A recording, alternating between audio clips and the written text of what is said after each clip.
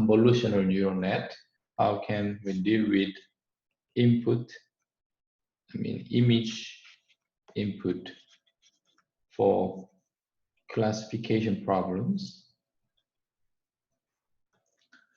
Now, the next topic that I want to discuss with you is a class activation map. We call it CAM, and I'm pretty sure that most of you kind of already know as some level of knowledge that you have for CNN, but CAM probably might be the first time that you heard of it. And let me explain what it is. So there's some issues, and the general issues, you can say CNN or deep learnings.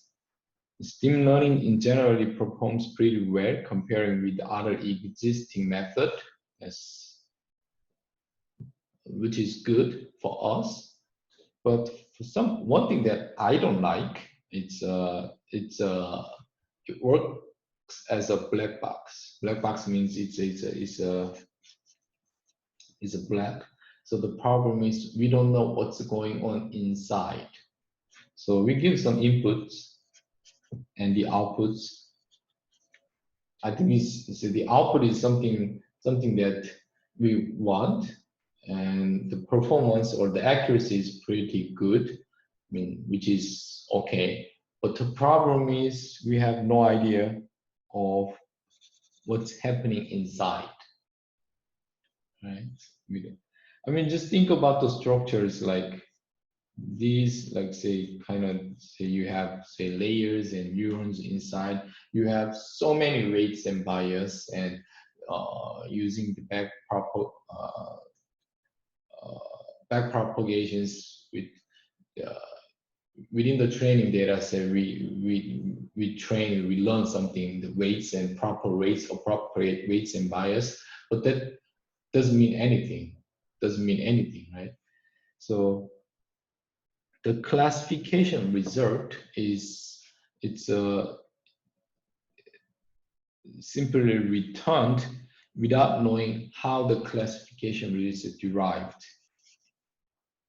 So I want you to, we call it little interpretabilities. Right? Interpretabilities is lack of, or another way that you can say it's a lack of explainable. So that's the drawback or weak point of deep learnings.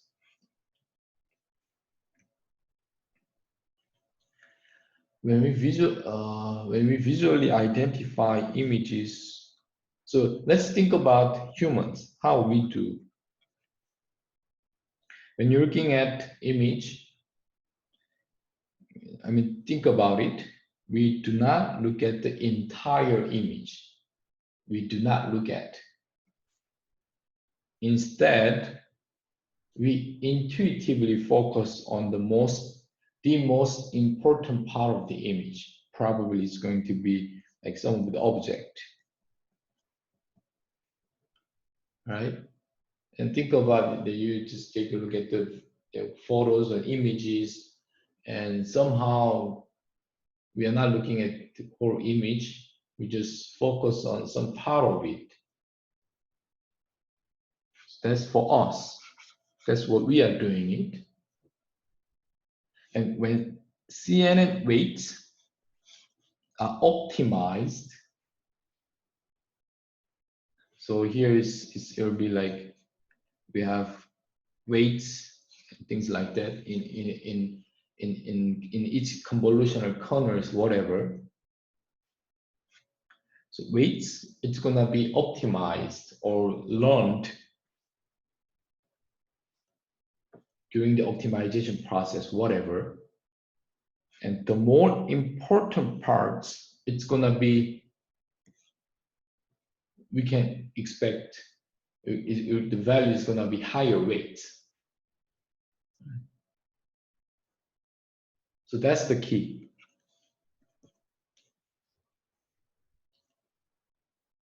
So for activation map, we can determine which part of the image that the CNN model is focusing on based on the weights, but the weights is gonna be learned from the training data set. We're not gonna tell, hey, CNN, this object is important than others. We're not gonna do that. We just give them images and we label the classifications and we let the CNN figure it out, and we let the CNN to figure out all the values, weights, and bias, and we can get indirect hint. That is, if if we have higher weights, probably there will be more like probably it's gonna be the important than others. So the idea is that the highlighting the importance of the image reasons to the predictions. Okay, that's the kind of motivations. And we're starting from the weak point and weak point of the deep learnings, and we go back to say how human being is doing it when recognize the images and think about going back to CNN structures, and that's the key. And the title is visualizing the CNN structures. And in 2016, there was a paper from the MIT. And if you want, you can go and it's available. It's on internet, so you can take a look at it if you want. And the idea is that, okay, so if this is the image is inputs and the CNN is well performed to classify them. But the idea is that I want to ask CNN to highlight based on the learned weights and which one you think is more important than others. So again, for a given class, it's going to highlight the image reasons to identify that class. And for this one, say with these pictures, and there are a lot of different labels for the palace, that's the highlighted one. And for this part, they said it's dome. And looking at this part is church, right? And looking at another example like here. So with these pictures, they said it's barbers with these probabilities, and they highlighted these two. With this, the figures or image, they said again it's barbers, but it makes sense. Again, we know that, right? These two. So here, one of the biggest advantages of visualizing is that we can.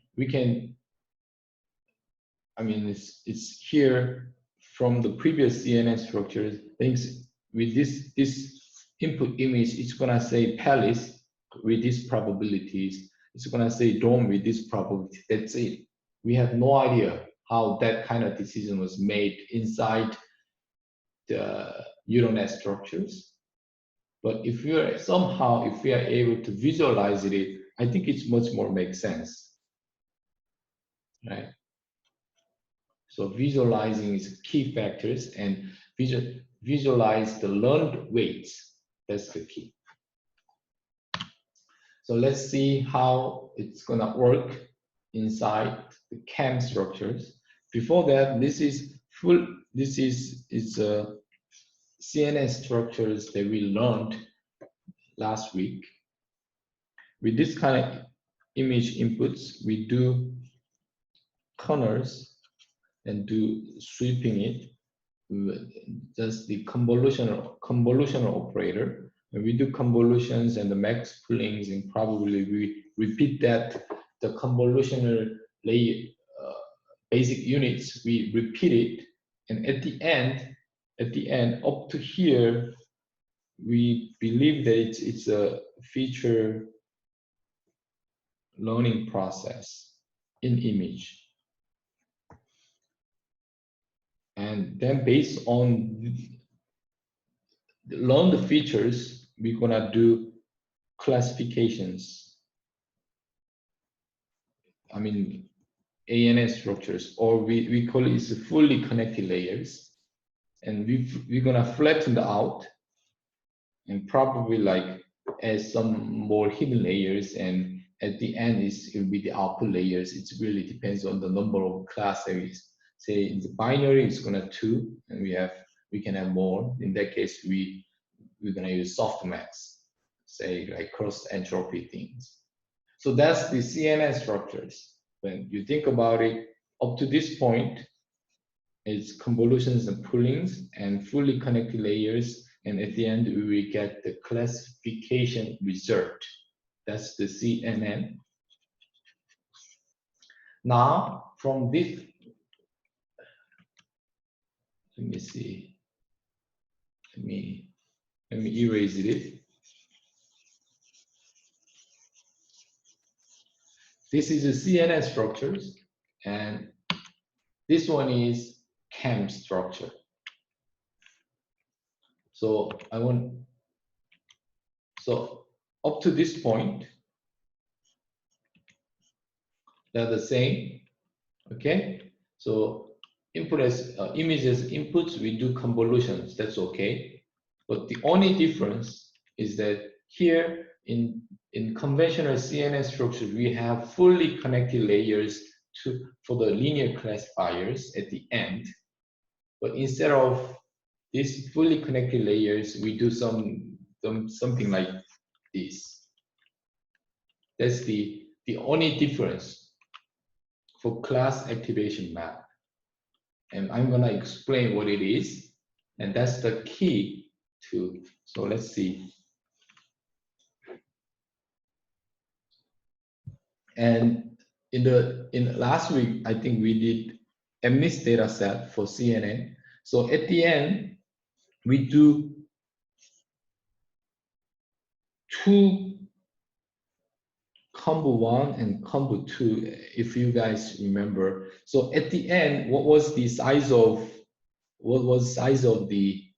this one? You guys remember? We do max poolings with 2x2 kernel size and twice. What's the size? If you remember. So we're starting from 28 by 28. After the combo 1, it was 14 by 14. And having another combo, or the max poolings, we have 7 by 7, right? And the number of channels, it was 64. It was 64. Okay.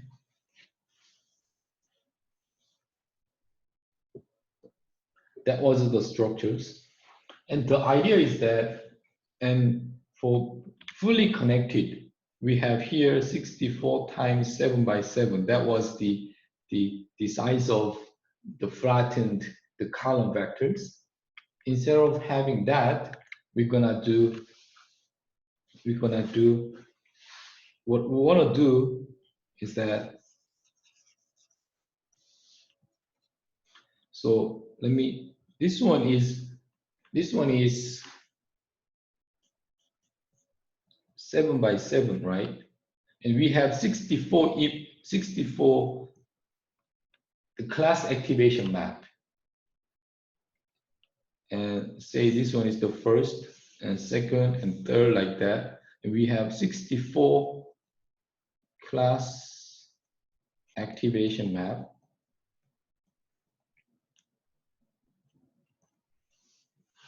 Now we have another weights, 64 weights, like that. And those are the weights and trainer group. that means in TensorFlow, we're gonna set omega as TF dot variables. So we don't know which one the value is yet, but we set it as a decision variable. And we will do linear combinations. So eventually you will get the single image like that. Say the idea is that suppose say this one is not the activation maybe is not that important for classifications, then this weight we will get eventually we will get very small value of weights. On the other hand, think if this class activation maybe is so contributed for the classifications, and probably the value is very high. We have 64 of them, and we will do linear combinations. We will get a single image. Okay. Then here we get, so this one is same as single image, and I'm gonna feed this one into binary classification problems, which is logistic regression or sigmoid function. So I have to get the single value or scalar values. So how we do? We just do this one is 7 by 7 pixel values. Then I'm gonna so each pixels will have the values. So I will do summations like that, and we get. So I will do summations. I will get the single value like that, z. I will say that, and I'm gonna feed that into sigmoid functions. Since this is binary classifications, right? Then say this is 7 or 8, whatever. So the idea is that so with this kind of framework, we will do back propagations to learn these images and these weight. So if this image is not, the first image is not that important, this will be very small. And say someone did very high. So this guy is class activation map. So I'm gonna put this cam into the original image to highlight it. That was the idea.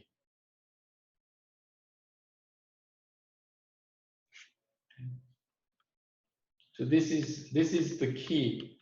I mean, the big difference from the CNN and make distinguishable. And using that, we can visualize the class activation map and to see which part of the image that the CNN structure is looking at.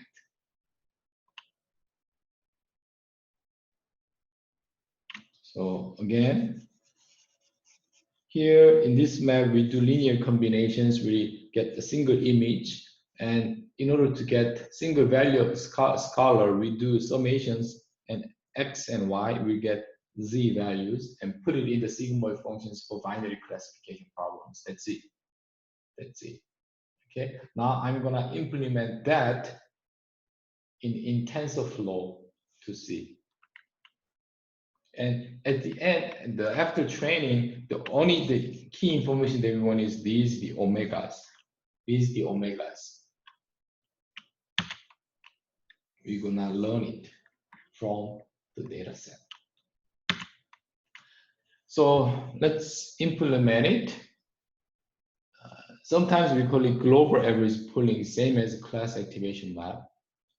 So the first thing is it's a naive way, and probably it's a better way in the next, and this is exact way. So there are two different versions of it. And let me explain the naive way of implementing the global average poolings first. Then I'm gonna do the better way. So let's see. So here, what I'm saying is that say it's just x and y, and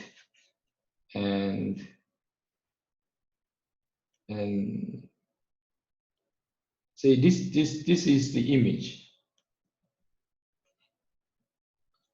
Okay, and this is the image, like this one. This one is f1 x of y, and this is f2 x of y. This is fk x of y. Then the first step is I need to do linear combination of the images. So these are the weights. So I'm going to do linear combinations and do summations. So up to this point, I will get the single image. Now, to get out of that image, to get the single values, I will do summations along the x and y axis. So this will be like z values and put it into sigmoid functions. That's the first thing. The first way or naive way of implementing. So let's think about, so I'm gonna say, I want to compute this, say, I will say sum. So it's this, all the values are zeros and 7 by 7. And these are, don't worry about it because it's, and since we have we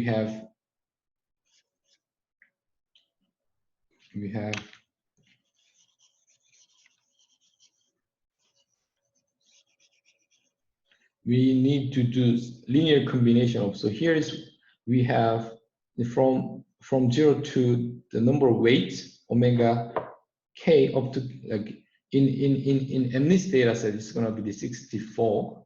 So we're gonna, so this is weight, and this one is right after the max pullings of second convolutional layers, and we need to reshape it and make sure it's, and do multiplication of weights, and we add into summations, then repeating the 64 times. Basically, what I did is, up to this point is, that's what I did. And this point is in the previous, this one. This, I will say, it's the sum, the image. Now, after that, so it's, since it's a better process, we do reduce mean to get the attentions. And then what I need to do is we need to get this. So we did in the axis of 1 and 2, that means that it's x and y. And we do attentions, we get the outputs and put it in that output into sigmoid functions. I will say, I will override it in the outputs. And again, this one is binary classifications. So it's a one-hot encodings. So it will be out, and the other one is 1 minus out, and I'm stack them together. So it will be the output of the chem structures at the end. So this one, this implementation is naive way of this in this process.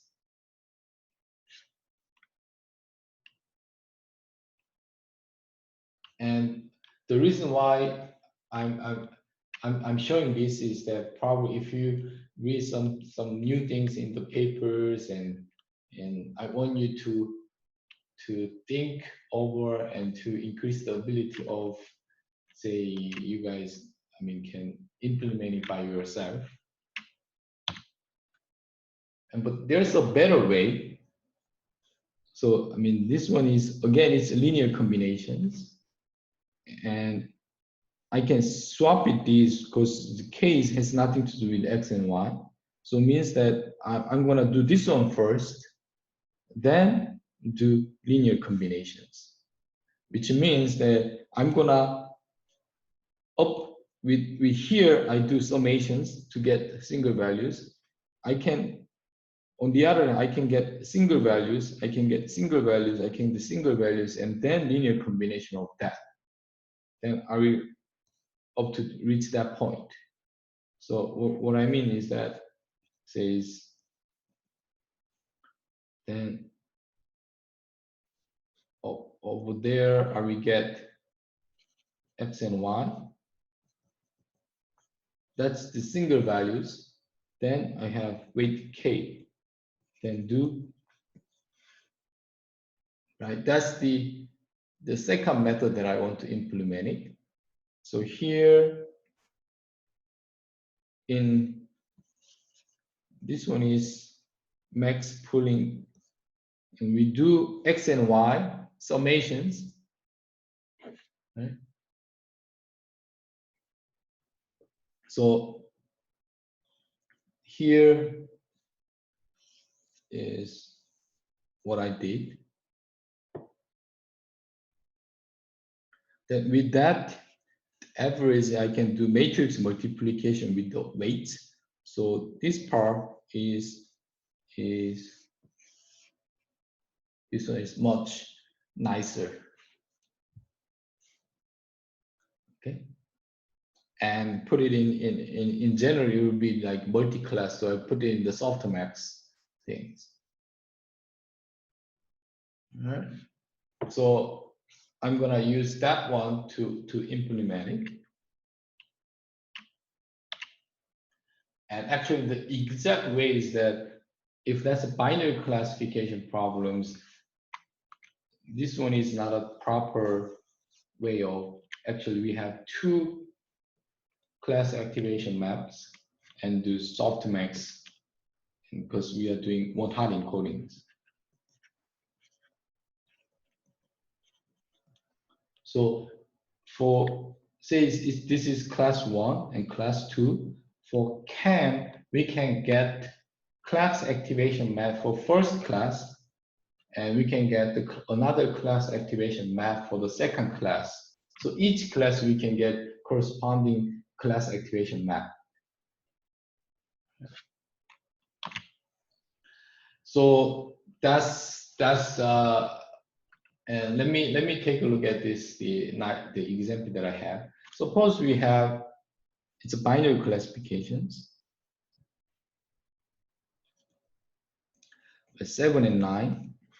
I mean, this is MNIST data set, and you already know that it's even for the from 0 to 9, 10 digits, it's extremely easy to classify or to figure it out. It's using the ANN or CNN or whatever. And suppose we have only 2, 7 and 9, and it's much easier task for CNN, so there's no difficulties. And I'm asking, say, so this is digit 7 and 9. For us like human beings, are you in order to distinguish these two, are you looking at the entire images or just part of it? And think about it. What do you think? I mean, here to separate these two, probably if these two pixels are I mean blacks are pretty much the same, right? So probably there's no reason that we to focus on or the more weights on these two pixels. I mean, these are pretty much the amount here, pretty much the same. I want to know the most significant part of it, and also over here are pretty much the same, right? So it's less it's gonna make less contributions to classify these two. And which part you think? Our pictures. In the center. Like over here, right? I think it's make the most significant between the 7 and 9. And let's see. I'm gonna show you here what the CNN or what the CAM structure is focusing on.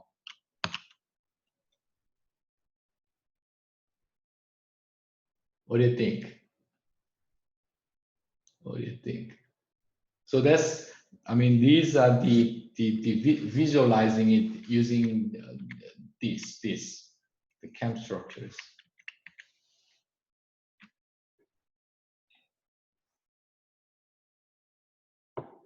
Okay.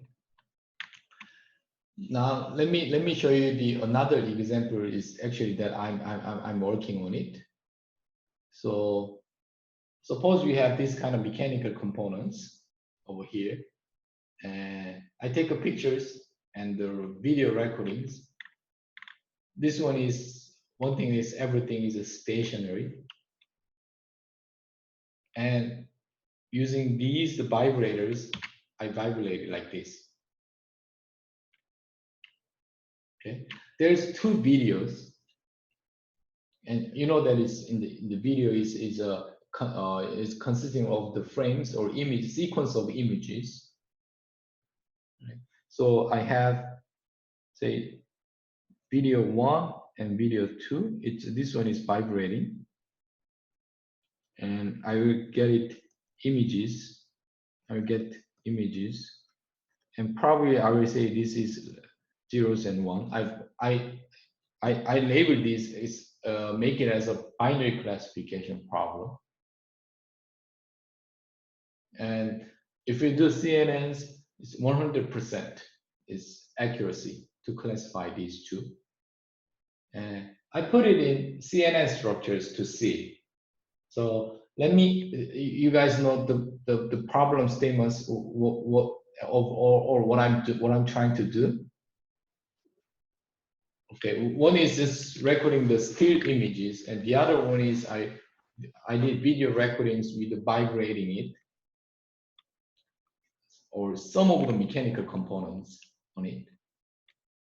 And then I did CAN to visualize which part that you think is gonna be highlighted. In the center, like the little. Like we expected. I have two things that I want to address here. The first thing, I recognize the most vibrating reason or reasons without having any vibration sensors. And only thing that I use is image or the videos. I didn't put any accelerometers, or I didn't put any vibration sensors like here. I did not put it. That's the key. That's what. And another thing is that if you know, say here, like this is cantilever things. If you vibrate it here, and as you know, that you'll be like vibrating like that, right? In the first mode. So things that this will be the most vibrating power, and here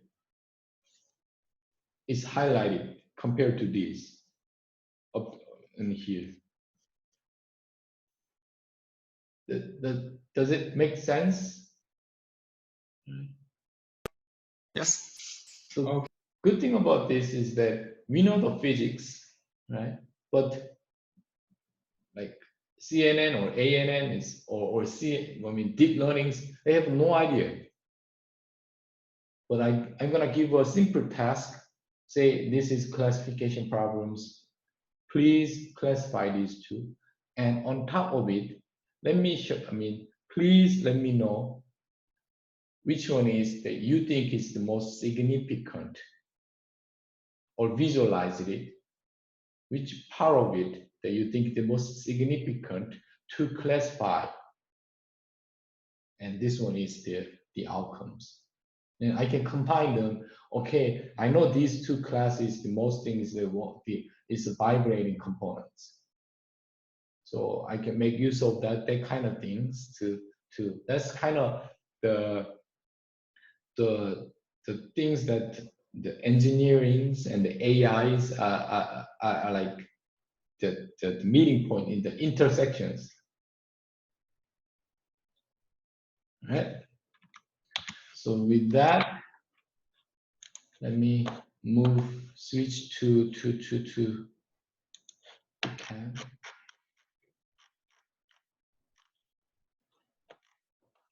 I mean, these are available on our website, so probably you guys can and take a look at it and try to learn by yourself.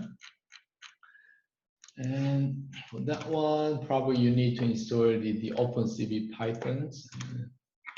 And again, had a MNIST data set. And I'm gonna use 7 and 9 to make binary classifications. So these are, I made it another batch makers for trained images and labels and testing images and labels. And batch makers and batch makers for test. And here I'm just say I labeled it 9 as 1 and 7 as zeros.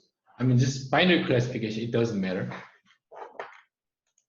And here, as you can see, it's used the same structures that I used for CNN, right? Starting from 28 by 28, we have 3 by 3 corner size for the first convolutions, and we have 32 channels and 2 by 2 max poolings, and followed by another 3 by the corner size. Now we have 64 the channels, and again, it's another 2 by 2 max poolings. And in the outputs, we have binary classification as one-hot encoding, so we have 2.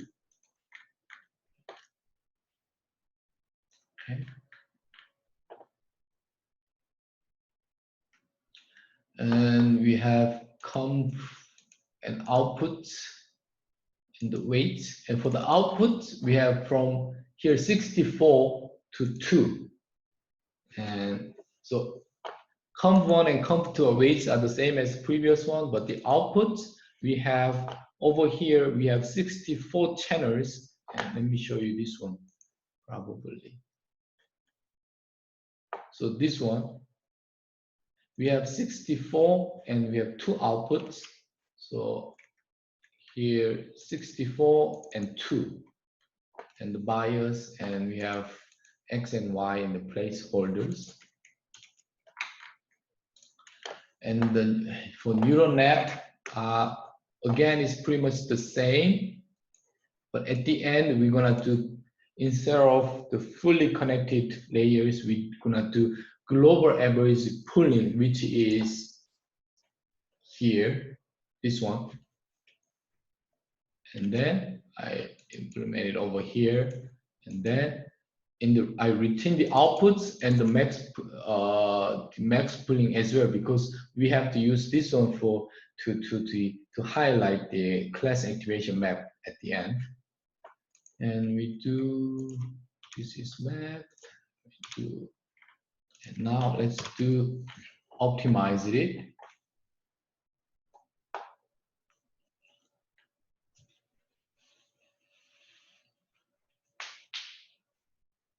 Over here, it's same as the CNN structures, just trying to optimize, minimize the loss. Okay.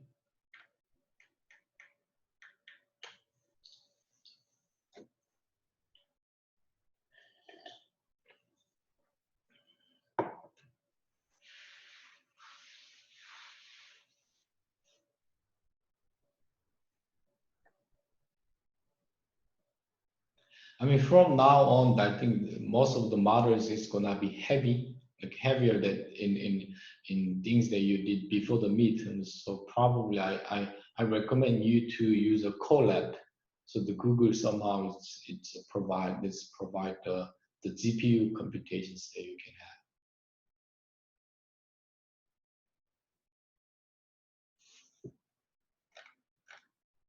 have. And still running it. So I think it's it's up to 5,000.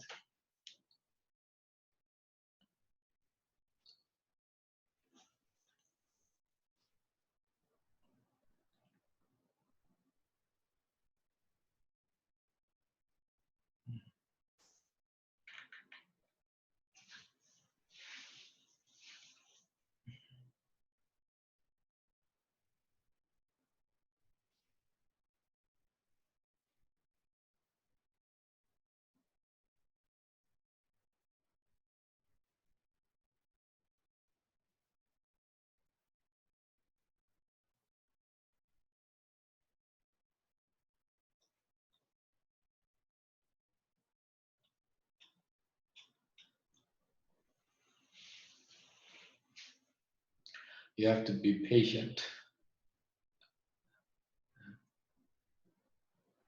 Almost done.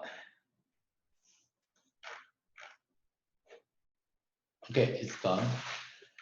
So we plot the loss, and I think it's okay. So I got in the test batch makers, and I got 100, and this is how you compute the accuracy.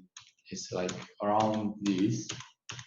It's pretty much the same as the CNN things. The only thing is we changed the fully connected layers structures to the global average poolings. And this one is here, I just got one out of it. And here to get, I got maps and my predict and weight. This one is the, remember the 7 by 7, we have 64 of them, and these are the weights. And we do matrix multiple map, activation maps for each, and we have weights. We do the linear combinations to get the attentions, right? And then I'm gonna put, so this one was the original image, and these are the 7 by 7, and this one is 20 by 28. So we have to resize it. So over here, that's why we need, it's here, this part is, you don't need to worry about it. And we do, it's we use what's that? OpenCV things is for resizing it, because this one is it's a 28 by 28, but the class activation map that we got out of the camp structure is 7 by 7. So here this one is the, now after the resizing it, this one is 28 by 28. So I put it, I mean, this one, and this is the original image, and this one is resize the class activation map. I'm going to put these things on top of it. So this one will be the camp result. This one, I'm not sure. Let me see.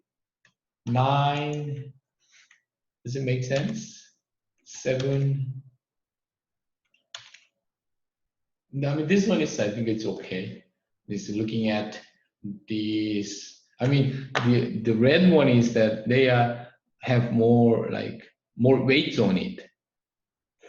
So we can say that we can interpret it as by having this kind of visualized things, we can interpret as like they are looking at or focusing on this part more than the others. I mean, 7. I'm not sure whether you guys agree or not. Yeah. I mean, I think this one is okay.